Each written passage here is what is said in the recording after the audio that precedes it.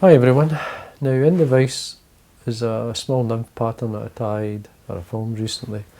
Even though I have a video of this, it's the upright nymph pheasant tail. I think the first time I put it on YouTube was back in 2013, something like that. Though I've tied it for many years. But I was asked, did I originally come up with this idea? Now, it's very hard to say you did. Now, I can't say I originally did come up with this idea, but the idea of putting a bead on, I'd never seen before. It was a way of just using up malformed or misformed beads, or tungsten beads that I had that I couldn't get round the bend of the hook. But it works a treat, it works absolutely brilliant. But the first time I actually used the nylon was to melt it to suit dry fly. So basically there's the piece of nylon. As you can see, I've got the melted nylon up against it. Now I did some of the original ones, I used a knot, but it just didn't work.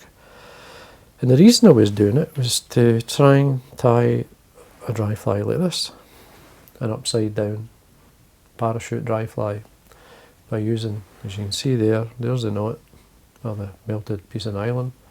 So is the reason why I did it originally. So I'm going to tie this fly. I'm going to show you.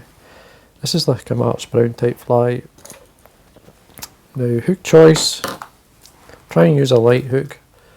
This one here is the Ultimate Drive from F.Mill, size 14. Now, the original hook I used was an up-eye dry fly hook, which basically you can't really buy now. So this is a size 14 Ultimate Dry, as I say. Thread colour I'm going to be using, this is a Uni 80 in tan. I'm going to wax your thread, sorry. So we start at the eye, I'm going to wind it down at least halfway. Break away the waste, halfway back up. Now you want to get yourself some nylon. Now it's actually easier to form the nylon using the bead. As I say, I used to put a knot in the end and then melted the end of the nylon to stop it coming away, but I basically found it was easier to actually melt the nylon. So just going to melt the nylon and use the bead to do it. So I just push the bead up against it and press it with my back of my nail, and you see that forms a nice flat stop knot, like, if you want to call it. And it's strong, it holds well. So what I do then, I form a small bend in the nylon using a pair of tweezers. Makes it easier to tie in, so just catch it there. Don't want it too long, maybe a couple, probably in a fly this size, a couple of mil. Make sure you put a good 4 or 5 turns first there, and then you want some turns in front. At this point you can check the distance. That's fine, but I usually then come round with some posting turns, kind of figure 8 through it, just to make sure it's not going to move, and trim. Now the nylon, I'm using, this is £12, you can use £20, it's just a cheap nylon, something that's going to melt enough that it's going to hold your hackle. So anyway, then we start to work towards the back of the hook. Tying the tail, just use some cock hackle fibres or whatever you have. In this case I'm using a fiery ginger, it's a Coq de Leon from Whiting. Just bring them 90 degrees from the stem, this should line the tips up. The length you want, at least the length of the hook. But what I'm going to do is I'm going to catch it on the way down, and then I'm going to bring the thread round the bend. It's important that you do this. It helps to flip the fly over. I'm just going to come underneath the lock and turn, and I turn on top. Don't be shy with the length of the tail fibre for especially a Marks Brown. This would represent the Marks Brown. Trim away the waste. Materials I'm using, because I could use hare's ear, you could use whatever you have, but I'm going to use materials you can buy now. These are the Euro Nymph flash dubbins from F.Mill. This is the light hare's ear in UV. I'm going to use this in the body. You could use it all the way up, but I'm going to use the darker one to dark Hare's ear, and I'm going to use that in the thorax. So let's get some on my desk here. So simply don't overdo it. Just lightly dab it on. Slide it up. You want a slight taper in it, so you can stretch it out at first, so it's nice and thin at the back. Then just wind up, form a nice taper in the body. Now you want to stop about a good mil or so, take away the long fibre. 1.5 or 2 mil from there, from the actual nylon. Just tie a wee bit more here. Coming back on myself here, so I'm just using the thread to rub the body, make it a wee bit stronger. Take away the extra long fibres. So we get that nice shape, especially on the underside.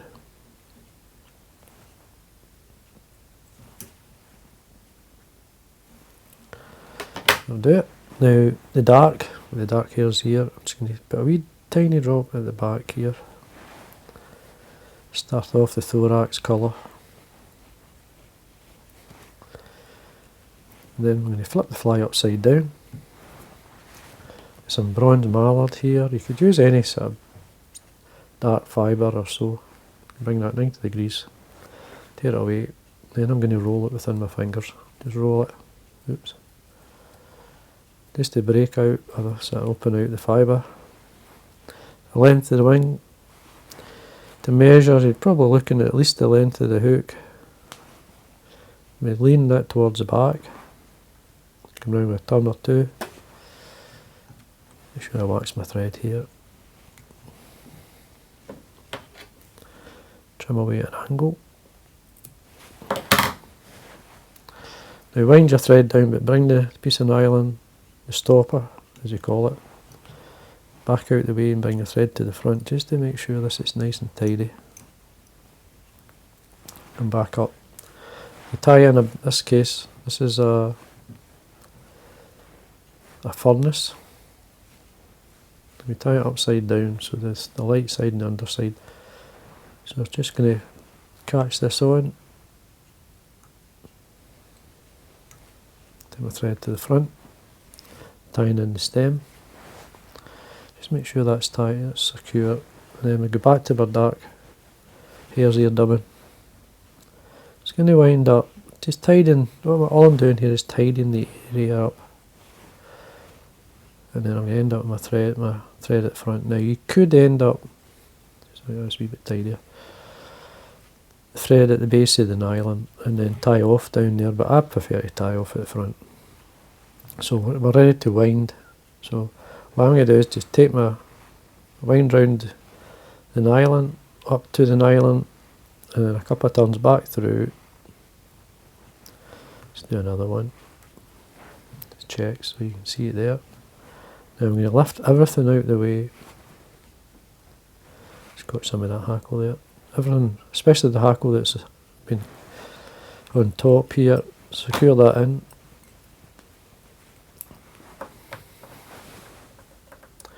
I'll pull together at the end. Looks a bit messy at the moment. You could put a tiny bit of dubbing, just to tidy your area up. So I'll put a wee tiny bit. Again, just lift everything out.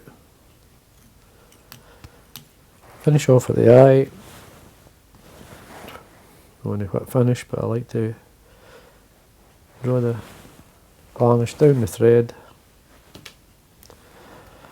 Going to quite finish.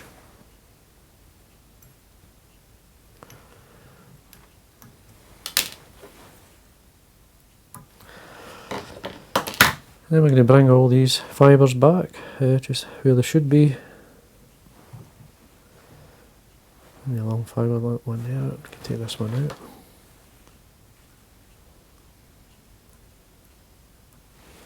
Now that's the original